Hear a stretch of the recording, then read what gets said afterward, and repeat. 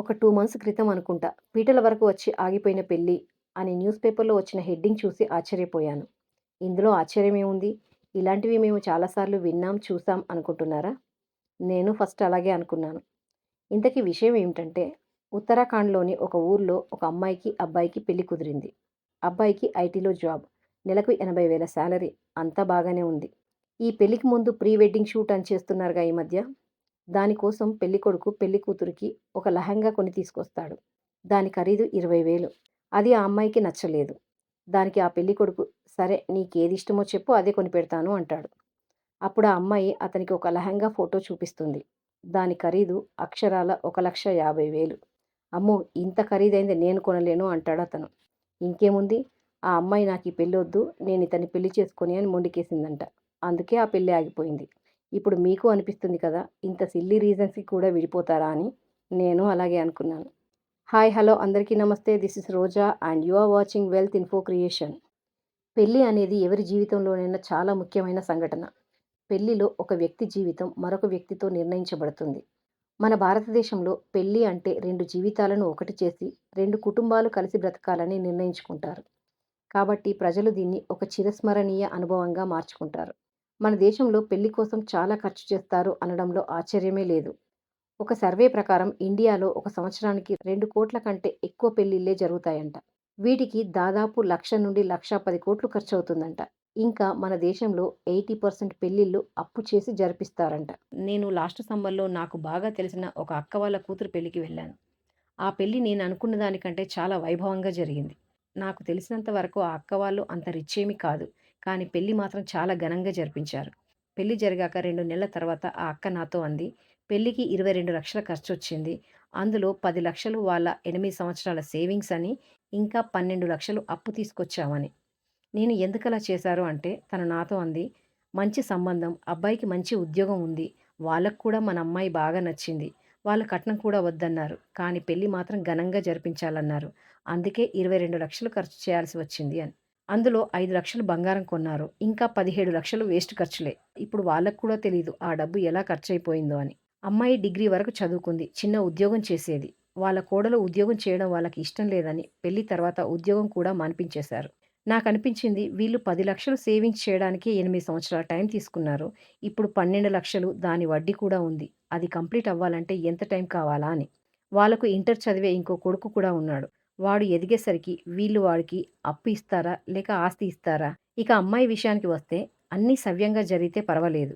జరగాలనే కోరుకుందాం. అలా కాకుండా ఏదైనా తేడా జరిగినట్లయితే ఆ 5,00,000 బంగారం తప్పితే ఆ అమ్మాయికి సెక్యూరిటీ అంటూ ఏమీ లేదు. వాళ్ళే కాదు ఇండియాలో చాలామంది పేరెంట్స్ ఇదే తప్పు చేస్తున్నారు. చాలామంది తల్లిదండ్రులు తమ పిల్లలు మంచి జీవితాన్ని గడపాలని ప్రతి పైసాను పొదుపు చేయడం ద్వారా తమ జీవితాన్ని కష్టాల్లో గడుపుతున్నారు. పెళ్లి రోజు వస్తుంది. ఆ రోజు మొత్తం పొదుపును ఖర్చు చేస్తున్నారు. పొరుగువారు అసూయ పడేలాగా పెళ్లి చేయాలనుకుంటున్నారు.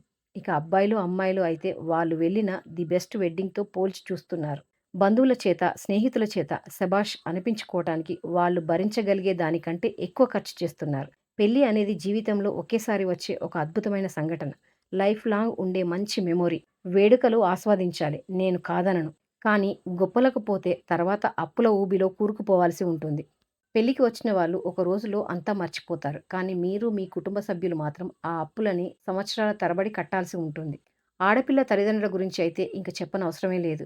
వాళ్ళు కట్నము ఇవ్వాలి, ఇంకా పెళ్లి ఖర్చులు భరించాలి. వరకట్నం ఇవ్వడం, తీసుకోవడం నేరం అంటారు. కానీ పెళ్లి కుదిరింది అని చెప్పగానే కట్నం ఎంత అంటారు. మన దేశంలో ఆడపిల్లల్ని పురిట్లో చంపడానికి, ఆడపిల్ల పుట్టినప్పుడు తల్లిని తిట్టడానికి ఇదే ప్రధాన కారణం. ఎందుకంటే ఆడపిల్ల పెళ్లి కుటుంబాన్ని చాలా భయపెడుతుంది. ఆర్థికంగా బలమైన కుటుంబాల్లో ఇది అంతగా కనిపించకపోయినా, మధ్యతరగతి మరియు ఆర్థికంగా బలహీనంగా ఉన్న కుటుంబాల్లో ఇది చాలా తలనొప్పిగా ఉంటుంది. ఇక పెళ్ళికొడుకు విషయానికి వస్తే, కట్నాలు ఇచ్చే పని లేకపోవచ్చు. కానీ స్టేటస్ కోసం 66 రకాల వంటలు, పెద్ద ఫంక్షన్ హాలు, గొప్ప రిసెప్షను, పెట్టుబోతలు, రిటర్న్ గిఫ్ట్స్ అని బాగానే ఖర్చు పెడతారు. పెళ్ళిళ్ళ సీజన్ క్యాటరింగ్ వాళ్ళకు, బ్యాండ్ బాజా వాళ్ళకు, పూల వ్యాపారులకు, వీడియోగ్రాఫర్స్‌కి, హోటల్స్‌కి, ఫంక్షన్ హాల్స్‌కి, ఇంకా రుణ సంస్థలకి చాలా సహాయం చేస్తుంది. Day by day Indian marriage system చాలా ఎక్స్‌పెన్సివ్ అవుతుంది. మన దేశంలో పెళ్లి చేయడం అంటే ఒక స్టేటస్ సింబల్‌గా మారింది. అందుకే అప్పులు చేయాల్సి వస్తుంది. చదువు కోసం అప్పులు చేసేవాళ్ళు ఉన్నారో లేరో కానీ, మన కంట్రీలో పెళ్లి కోసం అప్పులు చేసేవాళ్ళు మాత్రం చాలా ఎక్కువ. మనకు డైజెషన్ కానీ ఇంకో విషయం ఏమిటంటే ఇండియన్స్ ఎడ్యుకేషన్పై చేసే ఖర్చు కంటే 3 రెట్లు ఎక్కువ పెళ్లి కోసం చేస్తారంట. పెళ్లి కోసం ఖర్చు చేయడం తప్పు కాదు. కానీ దానికి ఒక లిమిట్ ఉండాలి. కొంచెం తెలివిగా ప్లాన్ చేసుకున్నట్లయితే ఖర్చుల్ని మనం కొంతవరకు తగ్గించుకోవచ్చు. ముందు మీరు పెళ్లి కోసం ఎంత దాచిపెట్టారు? ఎంత ఖర్చు చేయాలనుకుంటున్నారు? అనే విషయంలో క్లారిటీగా ఉంటే ఎక్కడ ఖర్చు పెట్టొచ్చో, ఎక్కడ తగ్గించొచ్చో ఒక ఐడియా వస్తుంది. ఇలా మన వల్ల ఖర్చులు తగ్గించుకోవడానికి వీలయ్యే కొన్ని విషయాలను చూద్దాం. అన్నింటికంటే ముందు పెళ్ళికొడుకు, పెళ్ళికూతురు వారి కుటుంబ సభ్యులు కూర్చొని పెళ్లి గురించి డిస్కస్ చేసుకోవాలి. మన బడ్జెట్ ఎంత? ఎలాంటి ఫంక్షన్ హాల్ కావాలి? డెకరేషన్, ఫుడ్, క్లోత్స్ వీటన్నిటిపై ఒక క్లారిటీ తెచ్చుకున్నట్లయితే టైంకి ఒకరినొకరు నిందించుకోకుండా ఉంటుంది. ఈ రోజుల్లో పెళ్లికి ఒక రోజు ముందు లీవ్ పెట్టుకొని వచ్చే వాళ్ళ సంఖ్య ఎక్కువ అవుతుంది. జాబ్ ఇంపార్టెంటే. కానీ మన ఇంట్లో పెళ్లి అంటే కొంచెం రిస్క్ తీసుకోవాలి కదా! ముహూర్తాల టైంకి hotels, function halls, resorts, banquet halls చాలా బిజీగా ఉంటున్నాయి. ఇప్పుడు ట్రెండ్ మారింది. సిటీకి ఔట్‌స్కర్ట్స్‌లో ఉన్న ఫార్మ్ హౌస్, ఓపెన్ ప్లేస్‌లో పెళ్లి పెట్టుకోవడానికి చాలామంది ఇష్టపడుతున్నారు. ఇలాంటి ప్లేస్‌లో పెళ్లి ఏర్పాట్లు చేసుకొని మీకు తెలిసిన వాళ్లకు డెకరేషన్, ఫుడ్ క్యాటరింగ్ ఇచ్చినట్లయితే కొంచెం ఖర్చు తగ్గించుకోవచ్చు. Next wedding cards. పెళ్లి అంటే పత్రికలు వేసి ఇంటింటికి వెళ్లి పిలవడం అన్నది మన ఆనవాయితీ.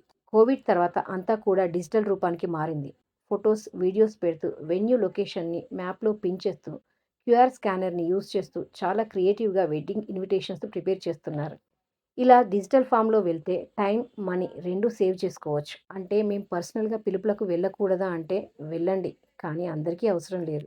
నెక్స్ట్ ఇంపార్టెంట్ థింగ్ బట్టలు. వేరే వాళ్ళ పెళ్ళికి ఎళ్తేనే మనం చాలా బాగా రెడీ అయ్యి వెళ్తాము. అలాంటిది ఇంట్లో పెళ్లి అంటే ఇంకెలా ఉండాలి? ఇప్పుడు అమ్మ, అమ్మమ్మ వాళ్ళ శారీస్, ఇంకా ప్రీ లవ్డ్ క్లోత్స్ అంటే ఇంతకు ముందే ఇంకొకరు వాడిన క్లోత్స్‌ని లోకల్ టైలర్‌తో రీక్రియేట్ చేపించి వాడుకోవడం అనేది ట్రెండీగా మారింది. మీకు పాజిబిలిటీ ఉంటే అలా కూడా చేసుకోవచ్చు. దీనివల్ల ఖర్చు తగ్గుతుంది. కానీ అందరికీ ఇది సాధ్యం కాకపోవచ్చు.